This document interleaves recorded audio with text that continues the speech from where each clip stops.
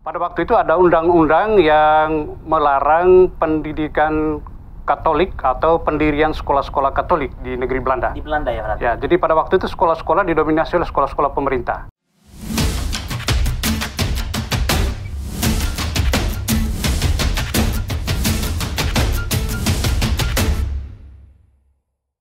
Selamat sore sahabat Komsos, senang sekali Komsos Keuskupan Wetubula boleh kembali menyapa dan berjumpa dengan sobat dalam kegiatan atau program podcast Komsos Keuskupan Wetubula.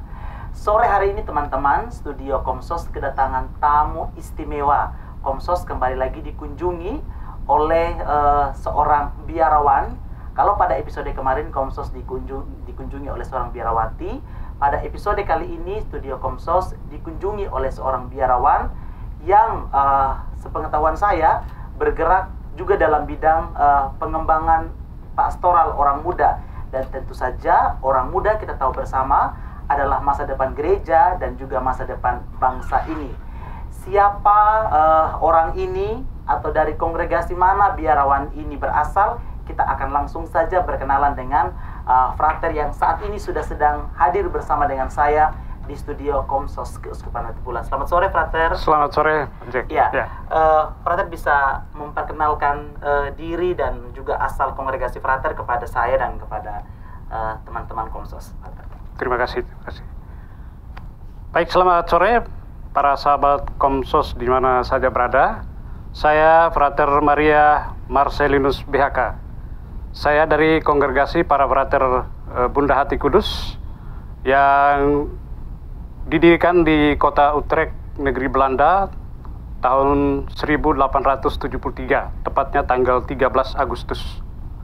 Dan saya sampai dengan saat ini sudah memasuki usia hidup membiara yang ke-36. Jadi saya sudah mengikrarkan kaul kekal dan sudah merayakan pesta perak juga. Iya, luar biasa teman-teman, sudah 36 tahun ya frater menjadi seorang biarawan atau menjadi seorang frater. Tadi saya sempat terheran-heran, katanya kok frater tapi kok yang muncul usia Bapak Uskup gitu ya. Tapi ternyata bahwa memang tadi sebelum podcast ini dimulai frater sudah bilang bahwa frater memang akan frater seperti ini sejak bergabung dan akan sampai akhir hayat, begitu frater. Amin. Amin.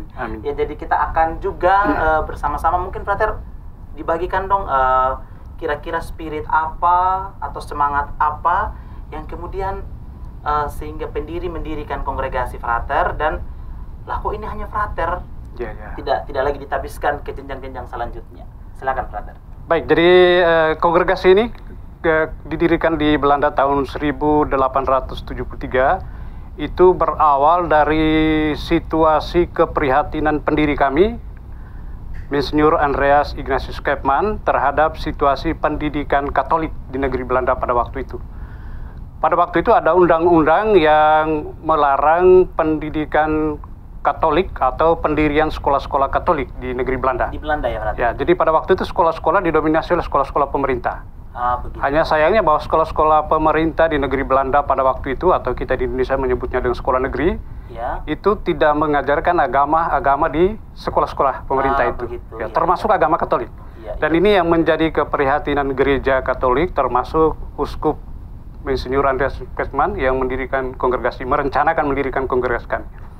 Nah, lalu pada waktu itu beliau mulai berpikir untuk mengumpulkan sekelompok pemuda untuk bisa membantu dalam proses untuk pengembangan pendidikan Katolik, supaya bisa anak-anak Katolik yang bisa ada di sana bisa mendapatkan pelajaran agama di sekolah yang didirikan oleh beliau atau uskup uskup para frater ini. Kemudian dari para pemuda yang dihimpun itu terdapat 3 orang. Ya, awalnya 3 orang.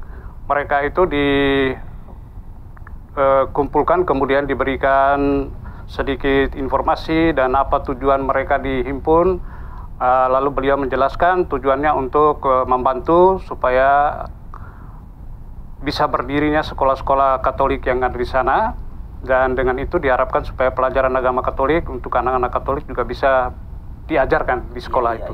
Nah, kemudian dari 3 orang ini lalu pada waktu itu karena beliau itu belum punya anggota yang sudah ada, sehingga bagaimana proses pendidikan dari calon-calon ya frater ini yang akan didirikan ini, itu beliau masih terpaksa harus menitipkan ke kongregasi para frater yang saat itu sudah ada, tuh frater-frater CMM. Oh begitu. Jadi frater CMM itu sudah didirikan oleh Monsignor Svesen, Uskup Agung Utrecht juga, sebelum Monsignor Andreas Ketman. Itu sudah didirikan dari tahun 2040-an. Tahun 1840-an. Iya. Didirikan, kemudian para calonnya dititipkan di situ. Artinya mereka menjalani masa novisiatnya di situ. Oh begitu. Bersama dengan frater-frater CMM. Jadi novisiat BHK tapi dititip gitu ya, di novisiatnya frater-frater CMM ini. Iya. Kemudian setelah selesai menjalankan masa novisiat, kemudian dikembalikan ke komunitas di Utrecht waktu itu, karena novisiatnya frater-frater CMM ini ada di Tilburg, jadi agak beda tempatnya. Iya. Dikembalikan, kemudian setelah mereka sudah mulai hidup berkomunitas, lalu pendiri kami, Monsignor Andreas Ketman ini coba merancang aturan untuk hidup membiara ini, ya, aturan hidup membiara ini, lalu mengadopsi dari frater-frater CMM tadi, kemudian menambah sesuai dengan keinginan dan juga kebutuhan dari Monsignor. Setelah itu mulai tercipta aturan-aturan hidup membiara untuk komunitas. Lalu dalam perjalanan sampai mereka ini resmi mendapatkan busana kebiaraan, kemudian mendapatkan struktur kepengurusan dalam komunitas ini. Nah, waktu itu ada satu frater yang namanya Frater Bonifacius, itu diangkat menjadi pimpinan komunitas perdana ini, 3 orang ini ya, diangkat menjadi pimpinan komunitas. Dan saat pengangkatan beliau menjadi komunitas itu terjadi pada tanggal 13 Agustus 1873, dan inilah menjadi awal mula berdirinya kongregasi. Ya, begitu. Frater. Jadi berawal dari jumlah yang hanya 3 orang, ya. Sudah 3 dititip pula. Begitu. Ya. Dan sekarang kurang lebih frater mereka berjumlah berapa orang di katakanlah di seluruh dunia, frater? Kalau data yang terakhir tahun 2013 itu kami ada 116. Begitu. 116 frater. Dimulai dengan yang 3 tadi, dan sekarang sudah ada 116 frater. Ya. Di Indonesia sendiri, frater, kira-kira kongregasi ini tadi kan frater sudah bilang bahwa keprihatinan dalam bidang pendidikan begitu ya, frater. Jadi kita tahu bahwa kehadiran para frater ini spiritnya juga melayani pada bidang pendidikan begitu ya, frater. Kemudian di Indonesia sendiri kehadiran para frater Bunda Hati Kudus ini dimulai sekitar tahun berapa kira-kira, frater? Ya, jadi para misionaris, para frater dari Belanda yang bermisi ke Indonesia itu baru terjadi pada tahun 1928. Dan waktu kedatangan mereka itu langsung ke Pulau Jawa, tepatnya di Kota Malang. Jadi tahun 1928 mereka datang ke Kota Malang atas undangan dari pejabat gereja di Keuskupan Malang pada waktu itu. Sehingga mereka datang tahun 1928, kemudian mulai menangani beberapa karya-karya yang pada waktu itu sudah ada, karya-karya pendidikan yang sudah ada di Kota Malang itu. Kemudian dalam perkembangan itu sudah mulai muncul panggilan-panggilan baru dari Indonesia, khususnya orang-orang Jawa. Begitu. Sehingga mulai ada penambahan anggota di Indonesia, atau mulai bertumbuhnya panggilan baru di Indonesia untuk para frater. Gitu. Jadi sejak tahun 1928, bayangkan hampir sekian tahun sebelum Indonesia merdeka, bahkan betul. Para frater sudah hadir di Indonesia. Frater, kalau boleh tahu, kongregasi frater ini berkarya dalam bidang apa-apa saja, frater? Jadi kita karya yang paling utama itu adalah karya pendidikan. Karena memang dari awal mula pendiri kita itu memang punya keprihatinan terhadap dunia pendidikan. Walaupun di negeri Belanda, tetapi juga karena berkaitan dengan pendidikan Katolik, tentu untuk wilayah-wilayah lain di mana kongregasi itu bermisi, termasuk juga di Indonesia. Jadi karya kita utama itu adalah pendidikan. Tetapi karena kebutuhan zaman atau perubahan zaman dan juga tuntutan-tuntutan dari gereja, kita bisa menerima tugas-tugas lain dari gereja. Seperti yang sekarang ini yang sudah terjadi adalah tugas pastoral dalam berbagai selain bidang kaum muda, juga pernah ada pelayanan pastoral terhadap kaum yang terpinggirkan, ya, jadi seperti apa namanya, tunarungu, tunawisma, segala macam pernah kita tangani juga. Kemudian juga anak-anak jalanan, ya seperti sekarang yang kita sedang tangani di Afrika, ya, di Afrika itu anak-anak jalanan. Kemudian juga selain karya pastoral ada karya alternatif di bidang pertanian. Pertanian walaupun tidak seluruh wilayah, tapi yang sekarang ini yang produktif itu ada di Larantuka, ya, Flores Timur. Bagian itu karya pertanian yang cukup produktif. Sedangkan di wilayah lain itu artinya berjalan tapi tidak terlalu produktif lah, seperti itu. Ya, jadi, begitu. Jadi pekerjaan sampingan, sekolah gitu, sekolah ya, selain sekolah, ya. Begitu, Frater. Iya, Frater sendiri, ini kan dari Belanda, lalu masuknya di Jawa. Terus kira-kira Frater sendiri asal dari mana, Frater? Saya dari Lembata. Bayangkan, Frater dari Lembata, tapi kemudian bisa kenal kongregasi yang datang dari Belanda. Sudah dari Belanda turunnya bukan di Flores, tapi turun di Jawa. Saya juga ingin kepo sedikit begitu. Perjalanan panggilan Frater, kira-kira awal mengenal kongregasi ini di mana atau dari siapa, Frater? Ya, jadi kalau dari sejarah perkembangan kongregasi kami di Indonesia sejak tahun 1928, itu dari Jawa, kemudian ke Sumatera, lalu ke NTT. NTT khususnya di Flores Timur, dan yang terakhir di Sumba ini, ya. Jadi di Flores itu, pada waktu itu mulai dari Flores bagian timur, Larantuka, kemudian di Maumere, lalu Ende. Jadi 3 wilayah daratan Flores ini memang dari zaman-zaman ya prakemerdekaan lah. Itu sudah para Frater sudah menjajakan kaki di sana dan juga mendirikan sekolah-sekolah di sana. Jadi kebetulan saya dari Lembata, tapi sebagian besar hidup saya dan masa kecil sampai masa remaja itu ada di Larantuka. Di Larantuka. Sehingga saya lebih banyak pendidikan mulai SD, kemudian SMP sampai dengan SMA. Waktu SMA itu saya tidak memilih SMA tetapi memilih SPG. SPG ini adalah salah satu sekolahnya para Frater Bunda Hati Kudus yang terkenal pada waktu itu di Larantuka, ya, memproduksi atau menghasilkan guru-guru SD pada zaman itu, ya, dan terkenal sebagai sekolah produknya guru-guru SD pada zaman itu di wilayah Indonesia bagian Flores bagian timur, ya, Larantuka itu.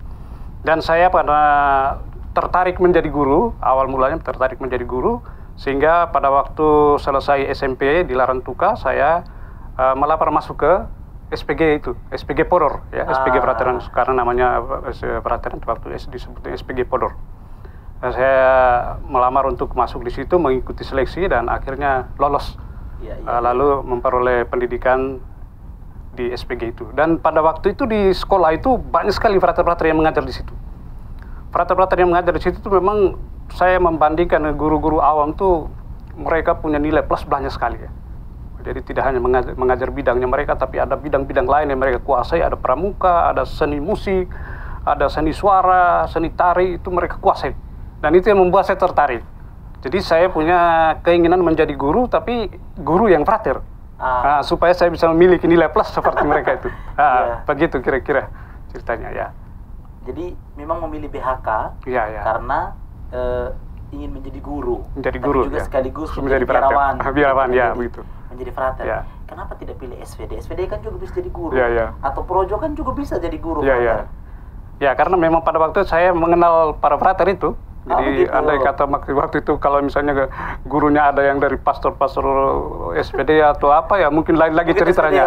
Tapi karena didominasi oleh biarawan para Frater ini dengan kelebihan-kelebihannya tadi, jadi saya merasa ternyata jadi guru ini menjadi kaya sekali, ya.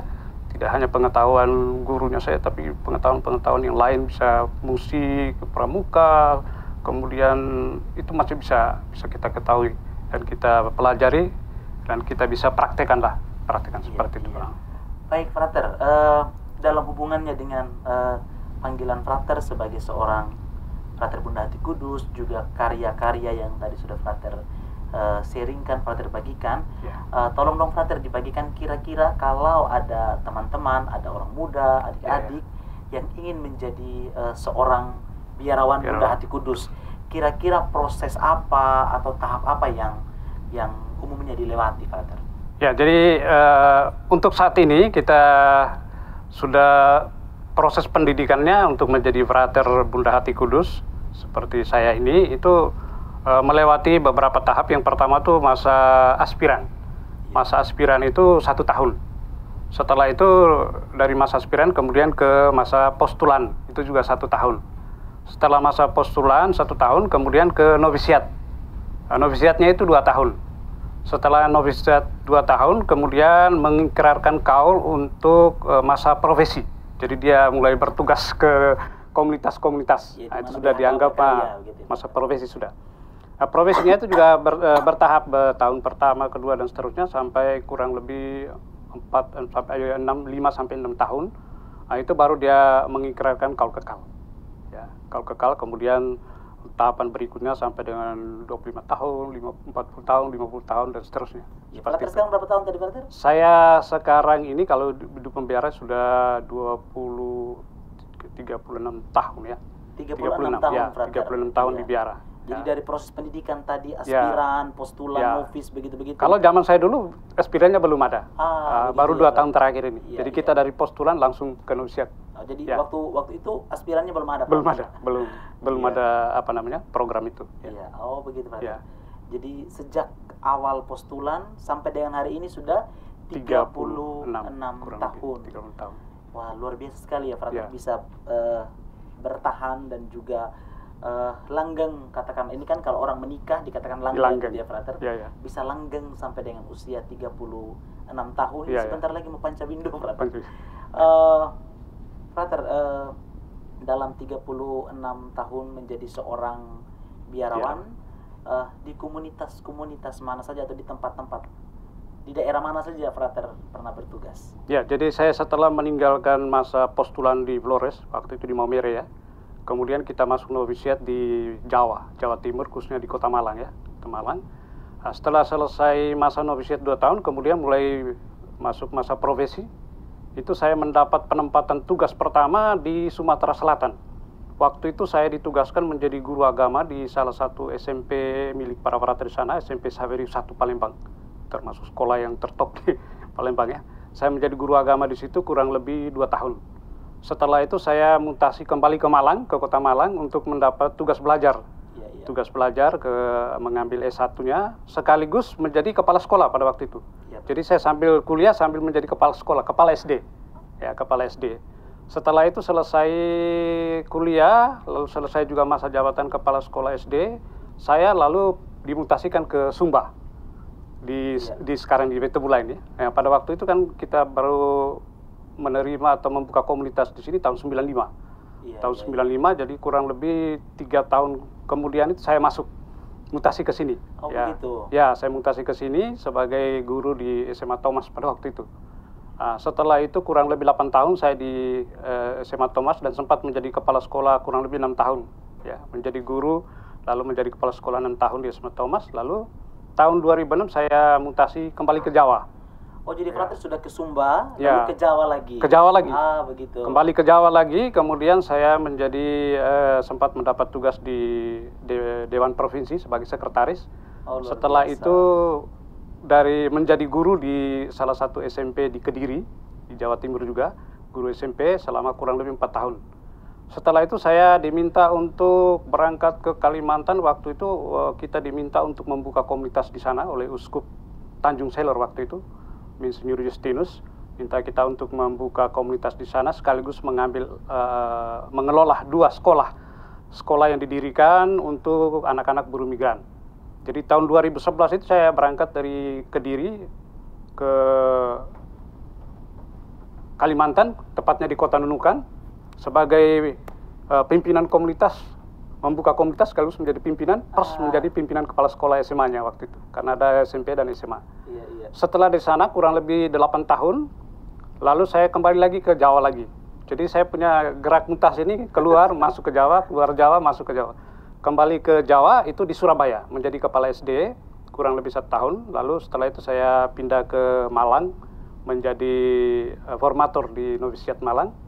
Setelah itu tahun 2021, Oktober, saya mutasi ke Sumba sampai sekarang. Iya. Ya, begitu perjalanan tugas saya. Ya. Oke. Iya Frater, jadi setelah dimutasi dari Sumba ke Jawa, Jawa ke Nunukan, begitu, dan kembali lagi ke Sumba, Kira-kira Frater apa yang Frater lihat atau apa yang Frater rasakan begitu terhadap perkembangan pendidikan kita yang ada di Sumba, atau tadi Frater sempat singgung soal SMA Thomas ya Frater, betul. sebagai tempat Frater pernah bekerja. Coba Frater bagikan begitu bagaimana Frater melihat pendidikan di Sumba, khususnya dengan hadirnya lembaga pendidikan yang tempat di mana Frater berkarya. Ya, jadi sebenarnya untuk pendidikan di Sumba dan juga di NTT pada umumnya memang selama ini kalau di secara nasional itu kita masih dilihat bahwa kualitas pendidikan kita belum terlalu maksimal ya. Dan ketika saya mulai masuk pertama itu saya juga mengalami itu dan menyadari bahwa memang perkembangan pendidikan kita di wilayah ini khususnya di Sumba memang perlu terobosan-terobosan baru ya, karena kita berhadapan dengan masyarakat, kultur budaya itu yang perlu kita benahi supaya kualitas pendidikan bisa mendukung kualitas pendidikan lembaga kita ya, karena kultur masyarakat atau budaya dan kehidupan sosial masyarakat itu juga punya pengaruh terhadap kualitas pendidikan. Bagaimana pola pikir masyarakat itu bisa kita rubah, kita perbaiki sehingga paling tidak juga mendukung sumber daya anak-anak yang lahir dari tengah masyarakat ini ya untuk masuk ke sebuah lembaga pendidikan sehingga bisa mudah untuk dibentuk. Jadi kita ini kan menerima inputnya kan dari masyarakat, anak-anaknya masyarakat. Nah, mereka ini kalau datang dengan kualitas yang bagus, artinya mengandaikan dalam keluarga itu ya sudah dididik dengan baik, mungkin budayanya juga mendukung, itu pasti akan memudahkan kita untuk membentuk mereka di lembaga pendidikan SMA Thomas ini ya. Jadi saya membandingkan dari zaman waktu pertama saya bertugas, itu kita dengan jumlah siswa yang sangat minim sekali ya. Waktu itu ketika kita masih bergabung dengan seminari memang kelihatan cukup banyak. Jadi dulu sempat bergabung dengan seminari ya. Jadi sekolah sama-sama di SMA Thomas. Nah, ketika tahun 2000-an seminari mulai berpindah ke lokasinya di Seminari Singapura di Kerobo ini, kemudian 3 siswa SMA Thomas waktu itu jumlahnya 125 seluruh dari kelas 1 sampai dengan kelas 3. 125 waktu itu saya kepala sekolah, saya mengalami itu. Tapi kedisiplinan yang menjadi salah satu ciri khas sekolah Katolik, termasuk sekolah-sekolah kita, kedisiplinan itu betul-betul waktu itu menjadi perhatian yang paling utama ya. Sehingga dengan penekanan pada kedisiplinan ini, kita dengan jumlah yang sedikit itu memang berkualitas anak-anaknya, berkualitas, dan mereka bisa mengikuti aturan mainnya kita ya. Jadi misalnya kita kalau tidak naik kelas, tidak naik kelas, tidak bisa ditawar-tawar. Jadi golnya dapat. Dapat ya. Dan orang tua juga mendukung. Jadi ada orang tua yang anaknya sudah tidak naik kelas, kemudian kita tawarkan untuk pindah, itu malah orang tuanya, anak itu minta orang tuanya bilang kalau boleh pindah kemana-mana tapi ijazahmu tetap SMA Thomas. Jadi orang tua percaya bahwa SMA Thomas itu bisa memberikan pelayanan pendidikan yang berkualitas. Nah, kemudian setelah saya kembali ke sini, ternyata jumlah siswanya sudah begitu banyak ya, sampai 600-an lebih saya waktu datang kali kedua ya. Setelah 15 tahun saya tinggalkan Sumba, saya datang lagi 15 tahun. Kira-kira Frater tantangan dan peluang apa yang Frater alami atau yang Frater hadapi saat bertugas menggeluti bidang pendidikan secara khusus di lembaga SMA Thomas ini?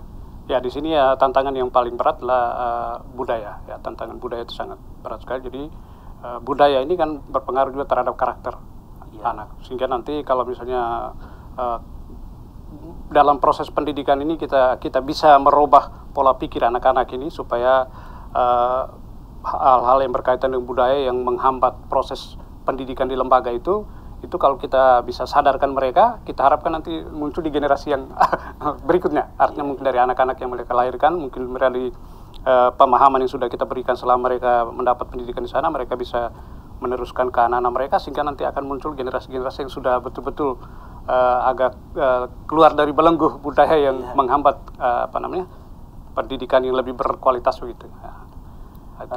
Baik Frater, kita bicara soal pendidikan dan juga soal SMA Thomas. Tolong Frater mungkin bisa membagikan sedikit cerita tentang SMA Thomas. Mungkin seperti apa situasinya sekarang, berapa jumlahnya, atau fokus apa Frater. Saya memang alumni Thomas Frater, tapi kan juga pada tahun yang berbeda dengan zaman Frater. Mungkin Frater bisa bagikan sedikit cerita bahwa goalnya apa, fokusnya apa, atau juga mungkin ini kesempatan Frater menyampaikan kepada saya dan sahabat Komsos, teman-teman Komsos, teman-teman pecinta Komsos, ekstra apa yang mungkin membantu teman-teman atau adik-adik kita di Sumba ini untuk lebih berkembang dalam banyak bidang, Frater. Silakan. Jadi kita sekarang yang kita upayakan adalah untuk lembaga pendidikan kita SMA Thomas yang kita kelola sekarang ini, selain dari akademiknya, memang dari secara akademik kita melihat sudah ada perkembangan sesuai dengan harapan. Tapi kalau dilihat dari sisi karakter atau akhlak peserta didiknya, ini betul-betul satu tantangan untuk kita. Sehingga langkah kita ke depan ini adalah bagaimana kita merubah karakter dari para peserta didik ini, ya, supaya bisa memiliki akhlak. Jadi supaya mengimbangi antara intelektual dan akhlak itu kalau kualitasnya, sebuah kualitas yang ideal itu artinya antara intelektual dan akhlak itu harus berjalan beriringan. Ya, dan ini yang tugas kita yang berat, sehingga kita sudah berpikir ke depan nanti kita lebih banyak program-program yang terkait dengan pembentukan karakter itu atau akhlak itu. Selain melalui kegiatan-kegiatan ekstrakurikuler yang sudah kita ajarkan, juga kita bekerja sama dengan pihak-pihak lain, ya, termasuk misalnya dari tokoh-tokoh agama, kemudian tokoh-tokoh masyarakat, juga TNI Polri untuk pembinaan karakter. Jadi itu kita harapkan nanti ke depan nanti pasti kita bisa mencapai tadi, ya, keseimbangan antara intelektual dan akhlak atau karakter ini. Itu bisa. Apalagi sekarang kan tuntutan pemerintah kan dengan fenomena bully apa segala macam ini kan berarti kan karakter di dunia pendidikan ini kan agak sedikit terdegradasi, ya. Degradasi, sehingga perlu kerja keras dari masing-masing lembaga pendidikan termasuk SMA Thomas untuk mencegah supaya jangan sampai kekerasan ini semakin kan itu kan mencoreng wajah dunia pendidikan. Jadi kita kedepannya untuk mengatasi ini seperti itu kerjasamanya. Jadi kerjasama dengan mitra-mitra lain ya, untuk pembentukan karakter. Membentuk karakter sehingga tidak hanya pada ranah intelektual, tetapi juga pada aspek sikap moral gitu ya, Frater. Jadi menjadi cerdas dan bermoral.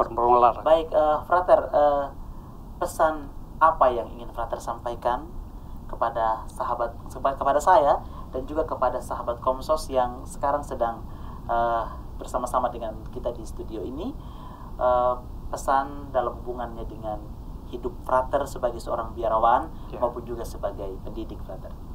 Ya, jadi pesan saya kepada sahabat Komsos di mana saja berada, untuk pertama mendukung kami para frater supaya tetap setia dalam panggilan kami, mungkin dalam bentuk dua-duanya, kemudian juga mendukung karya para frater di Tanah Merapu ini, khususnya Lembaga Pendidikan SMA Santo Thomas Aquinas, supaya kita dapat bekerja sama, baik Bapak Ibu Guru maupun para peserta didik, untuk mewujudkan pendidikan yang berkualitas.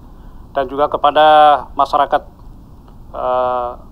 luas yang ada di sini, teristimewa para orang tua, juga kita harapkan supaya bisa ikut mendukung kami dengan memperhatikan atau memberikan perhatian yang serius terhadap putra-putrinya dalam kehidupan seharian di dalam keluarga, sehingga paling tidak kehadiran mereka di sekolah juga menampilkan sikap perilaku yang baik untuk memudahkan kami dalam proses pendidikan dan pengajaran di lembaga pendidikan ini.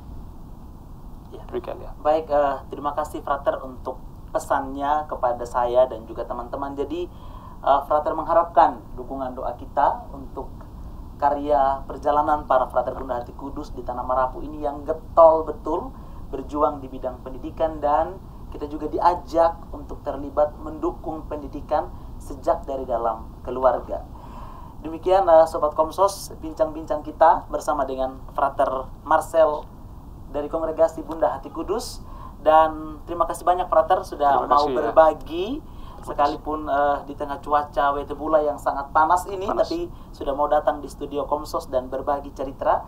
Dan untuk sahabat Komsos, nantikan terus podcast Komsos Kesupan Wetebula dengan cerita-cerita menarik dari para biarawan-biarawati maupun saudara-saudara kita, orang-orang yang berjuang di bidang sosial maupun kemanusiaan untuk membangun Sumba lebih baik.